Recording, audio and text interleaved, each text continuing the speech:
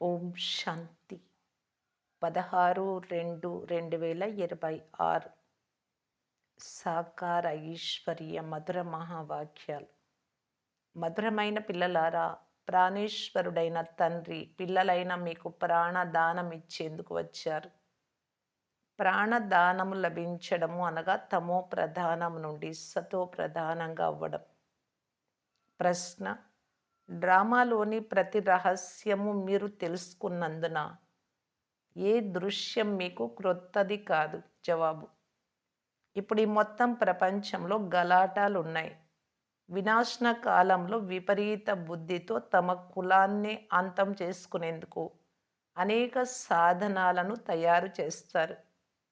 ఇది క్రొత్త మాట ఏమీ కాదు. ఎందుకంటే ఈ ప్రపంచం పరివర్తన అయ్యే తీరాలి అని మీకు తెలుసు. మహాభారత యుద్ధం తర్వాతనే మన నూతన ప్రపంచం వస్తుంది. పాట: ఈరోజు ఉదయమే ఎవరు వచ్చారు? ఓం శాంతి. ప్రాతకాలంలోనే వచ్చి ఈ మురళిని మ్రోగించేదెవరు? ప్రపంచం పూర్తిగా గాఢాంధకారంలో మునిగి ఉంది. మీరిప్పుడు మురళి వింటున్నారు. జ్ఞాన సాగరులు, పతిత పావనులు, ప్రాణేశ్వరుడైన తండ్రి వినిపిస్తూ ఉన్నారు. వారు ప్రాణాన్ని రక్షించే ఈశ్వరుడు. ఓ ఈశ్వర, ఈ దుఃఖం నుండి రక్షించు తండ్రి అని అంటారు కదా. వారు హద్దు సహాయాన్ని కోరుకుంటారు.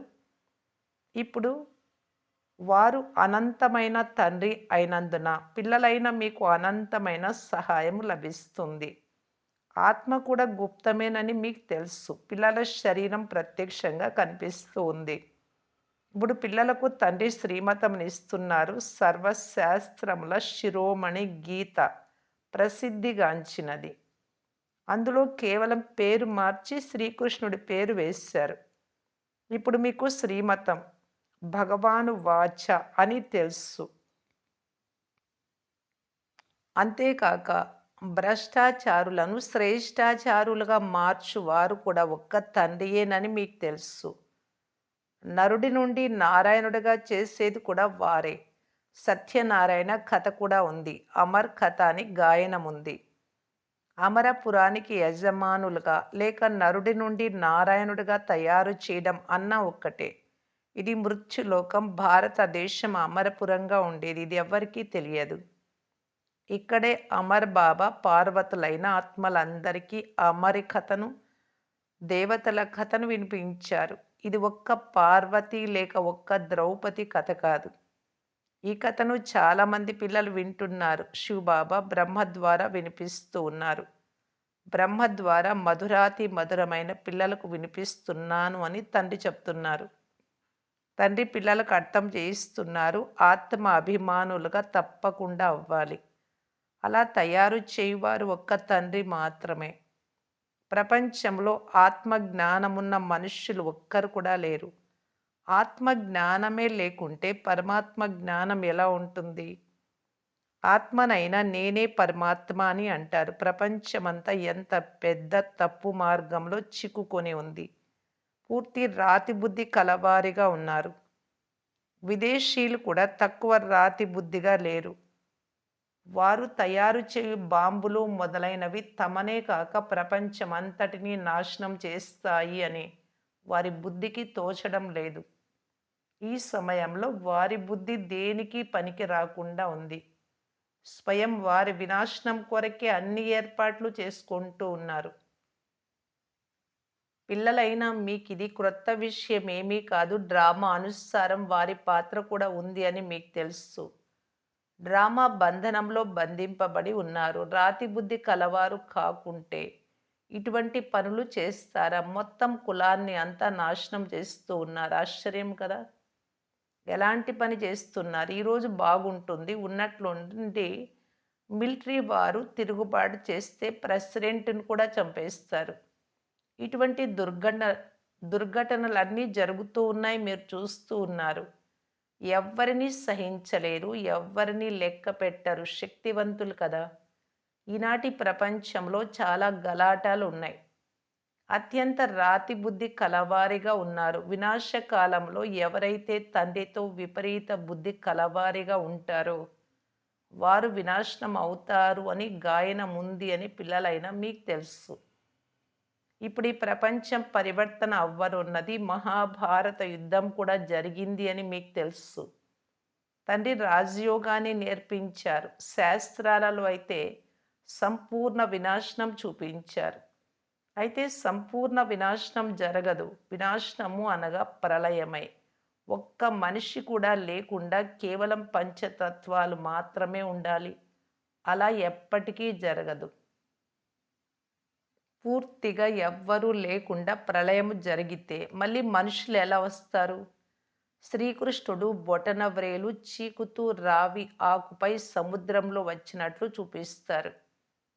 అలా చిన్న బాలుడు ఎలా వస్తాడు? శాస్త్రాలలో ఇటువంటి విషయాలు ఎన్నో వ్రాసేశారు. ఇప్పుడు కుమారీలైన మీ ద్వారా విద్వాంసులు, పండితులు, భీష్మ పితామహులు మొదలైన వారికి కూడా జ్ఞాన బాణాలు తగులుతాయి. పోను పోను వారు కూడా వస్తారు. మీరు ఎంతెంత సేవలో ఫోర్స్ నింపుతారో తండ్రి పరిచయం అందరికి ఇస్తూ ఉంటారో అంత మీ ప్రభావం ఎక్కువగా పడుతుంది.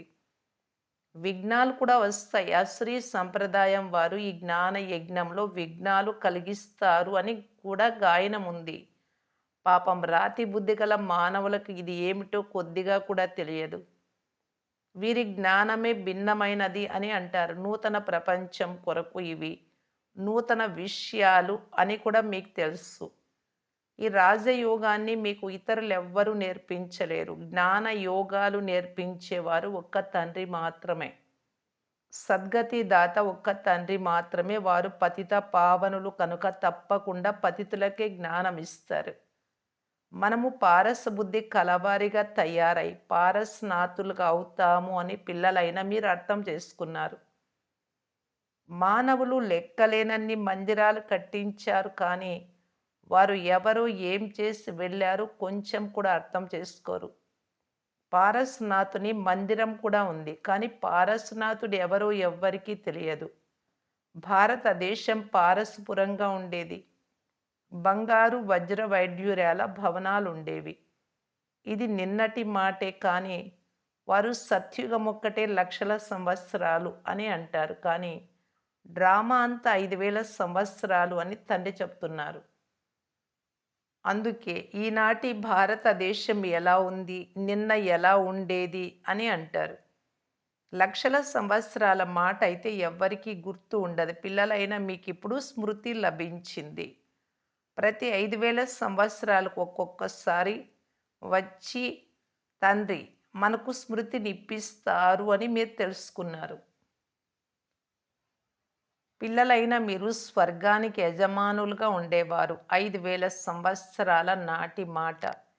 ఈ లక్ష్మీనారాయణల రాజ్యం ఎప్పుడు ఉండినది, ఎన్ని సంవత్సరాల క్రితమని ఎవరిని అడిగినా లక్షల సంవత్సరాల క్రితమని అనేస్తారు కానీ 5,000 సంవత్సరాలే అని మీరు అర్థం చేయించగలరు.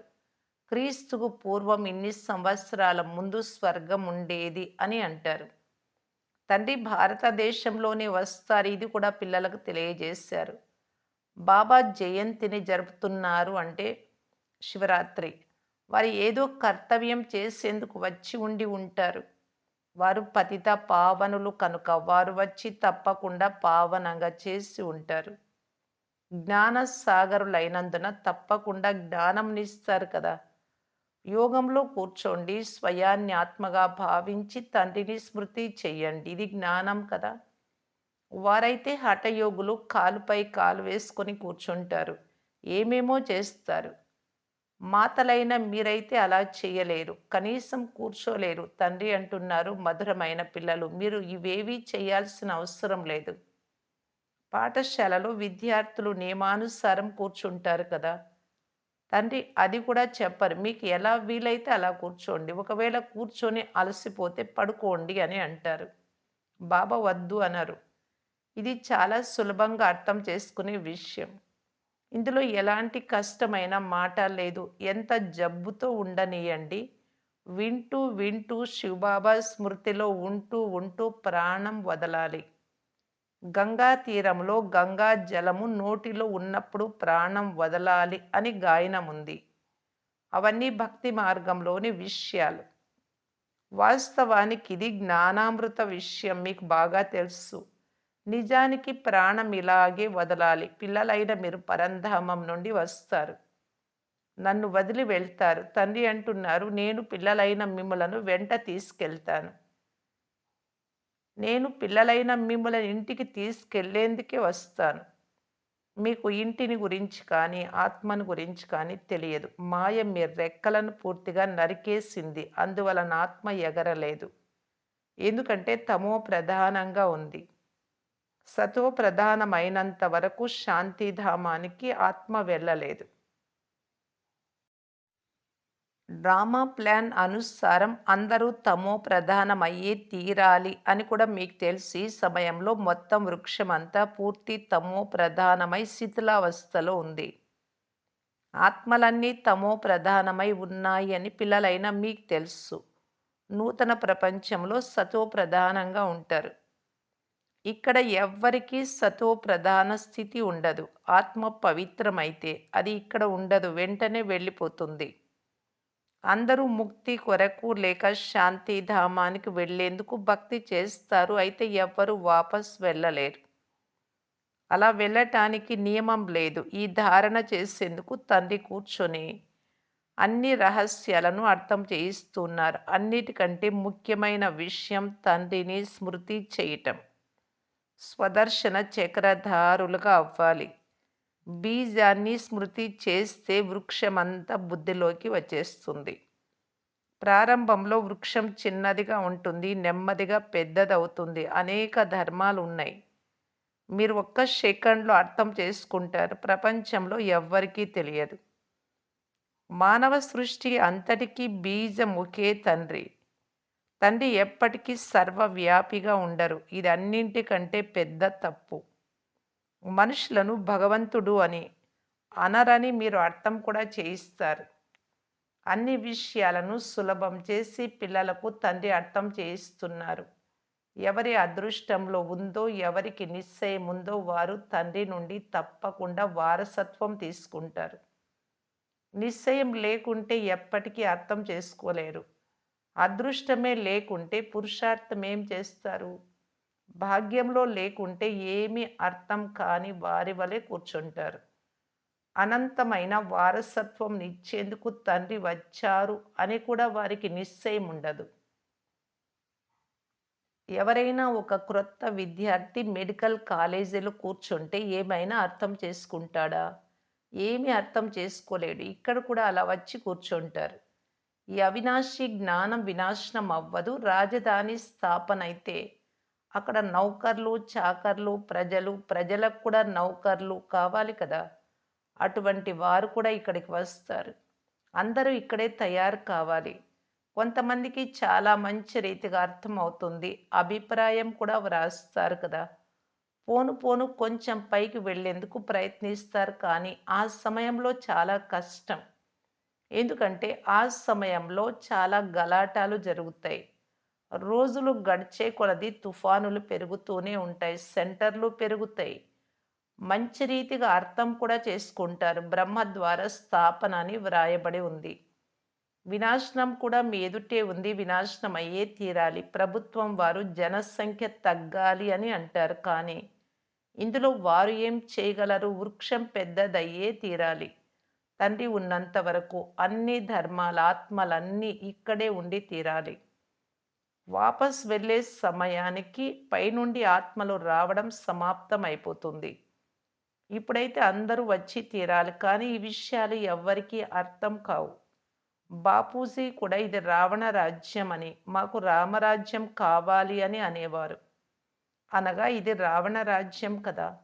ఫలానా వారు స్వర్గస్థులయ్యారు అని అంటారు. అనగా దీని అర్థం ఇది నరకము అనే కదా! మనుషులకి ఇది కూడా అర్థం కాదు. స్వర్గవాసులుగా అయితే మంచిదే కదా! తప్పకుండా నరకవాసులుగానే ఉండేవారు. బాబా అర్థం చేయిస్తున్నారు. ముఖము మనుషులదే కానీ నడవడికలు కోతులవి. పతిత పావన సీతారాం అని అందరూ పాడుతూ ఉంటారు. మనమంతా పతితులము, పావనంగా చేయువారు ఒక్క తండ్రి మాత్రమే. వారంతా భక్తి మార్గంలోని సీతలు. తండ్రి ఏమో రాముడు. ఎవరినైనా సీత అంటే అంగీకరించరు. రాముణ్ణి పిలుస్తారు. ఇప్పుడు పిల్లలైనా మీకు తండ్రి మూడవ నేత్రం ఇచ్చారు. మీ ప్రపంచమే వేరు. పాత ప్రపంచంలో ఏమేమో చూస్తూ ఉంటారు. ఇప్పుడు మీరు అర్థం చేసుకుంటారు. పిల్లలైన మీరు తెలివిహీనులుగా ఉండేవారు. ఇప్పుడు తెలివిగల వారిగా అయ్యారు. రావణుడు మిమ్ములను చాలా తెలివిహీనులుగా చేసేసాడు. ఈ సమయంలోని మనుషులందరూ తమో ప్రధానమైపోయారు. ఇప్పుడు తండ్రి వచ్చి సతో ప్రధానంగా చేస్తున్నారు. తండ్రి అంటున్నారు, పిల్లలైనా మీరు సేవ కూడా చేస్తూ ఉండండి. కేవలం ఒక్క మాట గుర్తు ఉంచుకోండి. తండ్రిని స్మృతి చేయండి. తమో ప్రధానం నుండి సతో ప్రధానంగా అయ్యే దారి తండ్రి తప్ప ఇతరులెవ్వరూ తెలిపించలేరు. అందరికీ ఆత్మిక సర్జన్ వారు ఒక్కరే. వారే స్వయంగా వచ్చి ఆత్మలకు ఇంజెక్షన్ వేస్తారు. ఎందుకంటే తమో ప్రధానమైంది ఆత్మనే. తండ్రిని అవినాశి సర్జన్ అని అంటారు. ఆత్మ ఇప్పుడు సతో ప్రధానం నుండి తమో ప్రధానంగా అయింది. ఆత్మకు ఇంజెక్షన్ అవసరం. తండ్రి అంటూ ఉన్నారు. పిల్లలు స్వయాన్ని మీరు ఆత్మగా నిశ్చయం చేసుకోండి. మీ తండ్రినైనా నన్ను స్మృతి చెయ్యండి. బుద్ధి యోగము పైన జోడించండి. బ్రతికి ఉండి ఉరి తాటికి వ్రేలాడుతూ ఉన్నట్టు అనగా బుద్ధి యోగాన్ని స్వీట్ హోమ్ పైన ఉంచండి. మనము మధురమైనటువంటి మన ఇంటికి వెళ్ళాలి. నిర్వాణ ధామాన్ని స్వీట్ హోమ్ అని అంటారు. మంచిది. మధురాతి మధురమైన, అపురూపమైన పిల్లలకు మాతాపిత, బాప్దాదాల ప్రియ స్మృతులు మరియు గుడ్ మార్నింగ్. ఆత్మిక పిల్లలకు ఆత్మిక తండ్రి నమస్తే. ధారణ కొరకు ముఖ్య సారం ఫస్ట్ పాయింట్. ఈ పాత ప్రపంచం వినాశనం అయ్యే ఉంది. అందువలన మీరు స్వయాన్ని ఈ ప్రపంచానికి వేరుగా భావించండి. వృక్షము వృద్ధితో పాటు వచ్చే విఘ్నములు అనే తుఫానులతో భయపడరాదు, దాటుకోవాలి. సెకండ్ పాయింట్, ఆత్మను సతో ప్రధానంగా తయారు చేసుకునేందుకు స్వయానికి జ్ఞాన యోగాల ఇంజెక్షన్ ఇచ్చుకోవాలి. మీ బుద్ధి యోగాన్ని స్వీట్ హోమ్తో జోడించాలి. వరదానం, మొదట మీరు అనే పాఠము ద్వారా కిరీటధారులుగా అయ్యే చతుర సుజాన్భవ తెలివైన వారిగా అవ్వండి. ఎలాగైతే బాప్దాదా తనను ఒబీడియంట్ సర్వెంట్ వినయ విధేయతలు గల సేవకుడను పిల్లలకు అని అంటారో, సర్వెంటును అని అనడం వలన మీరు స్వతహాగా కిరీటధారిగా అవుతారు. బ్రహ్మబాబా అలా అన్నారు, కిరీటధారి అయిపోయారు. అలా పిల్లలైన మీరు కూడా స్వయం నమ్ర చిత్తులుగా అయ్యి ఇతరులకు శ్రేష్టమైన సీటునిచ్చేయండి. వారిని సీటుపై కూర్చోబెడితే వారు క్రిందకు దిగి స్వతహాగానే మిమ్మల్ని కూర్చోబెడతారు. ఒకవేళ మీరు కూర్చునేందుకు ప్రయత్నిస్తే వారు కూర్చోనివ్వరు. అందువలన వారిని కూర్చోబెట్టడమే మీరు కూర్చోవడం కనుక మొదట మీరు అనే పాఠాన్ని పక్కా చేసుకోండి. తర్వాత సంస్కారాలు కూడా సహజంగానే కలిసిపోతాయి. కిరీటధారులుగా కూడా అయిపోతారు. ఇదే తెలివి గల వారిగా అయ్యే విధి. ఇందులో శ్రమ కూడా లేదు, ప్రాప్తి కూడా ఎక్కువగా ఉంటుంది. స్లోగన్, అవ్యక్త స్థితిని అనుభవం చేసేందుకు అంతర్ముఖి ఏకాంత వాసులుగా అవ్వండి.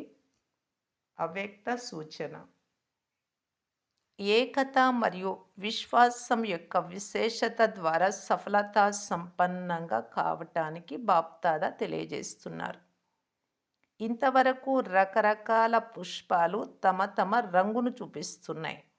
కానీ ఎప్పుడైతే పుష్పగుచ్చము రూపంలో మీ సువాసనను వ్యాపింపజేస్తారో, శక్తి ధనం ప్రత్యక్షమవుతుందో, అప్పుడు ఈ సంఘటన యొక్క శక్తి పరమాత్మ ప్రత్యక్షతకు నిమిత్తంగా అవుతారు.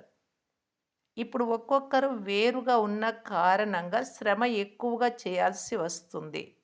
కానీ సంఘటన అంతా ఏకమతంగా అయితే, ఐకమత్యంగా ఉంటే శ్రమ తక్కువ, సఫలత ఎక్కువగా ఉంటుంది. ఓం శాంతి.